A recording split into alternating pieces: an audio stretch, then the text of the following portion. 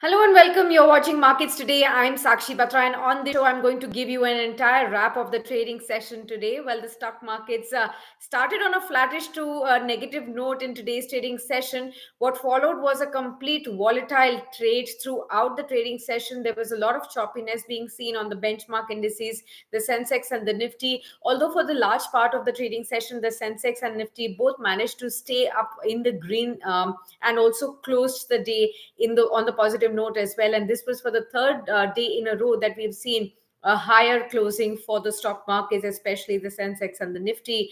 The Nifty Bank and the broader markets also inched higher in today's trading session amid a whole lot of volatile trade that we had seen. Of course, there were concerns on the rising cases of Omicron, and from the US, there are concerns on how soon and how aggressive can the interest rate hikes be, and how can they impact the emerging markets like India. That has been the overarching concern right now.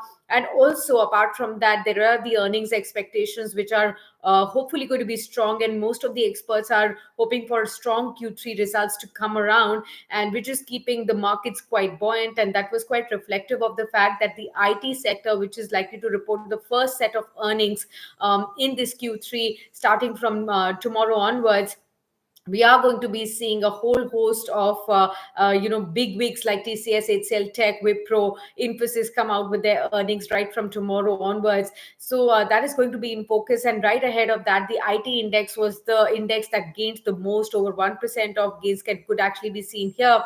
Apart from that, there was some gains coming in for the realty pack, but it was the metals that took some sheen off and were offsetting the gains in today's trading session. Well, the most buzzing stock in today's trade was definitely Vodafone Idea, and we did see a sharp fall of 20% on the stock prices. And this is after the government talking about the ownership of 36% of the stake in the third largest wireless phone operator, Vodafone Idea now. So it will largely become a government owned company, Vodafone Idea, going forward from here. As far as the closing levels for the markets are concerned, let's look at that first. While we actually saw the Sensex ending 220 odd points higher in trade today, that's up 0.4% at 60,616.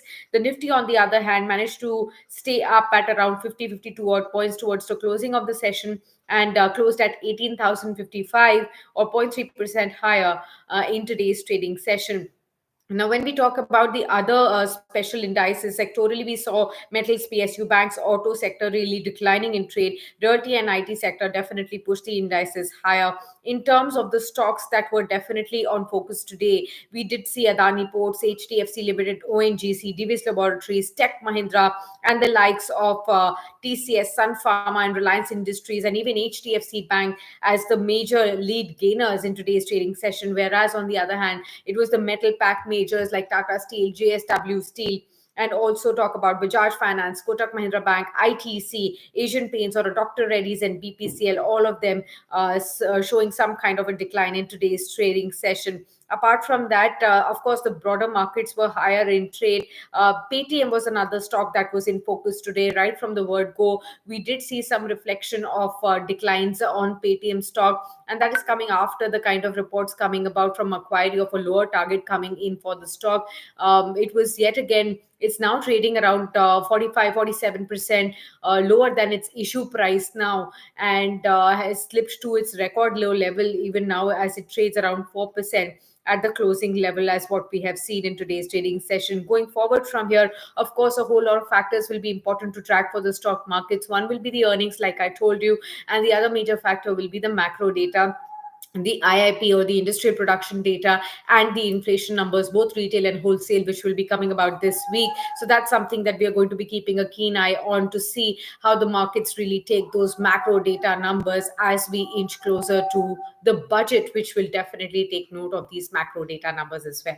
With that, it's a wrap on this edition, but do stay tuned on to Business Today. Like and subscribe to our YouTube channel in case you wish to stay connected on the world of business, with all the news that impacts stock markets and your wallet thereafter as well. So do stay tuned, like and subscribe to our YouTube channel, and stay connected with us through our social media handles as well, like Twitter, LinkedIn, Facebook, and Instagram. Many thanks for tuning in for now.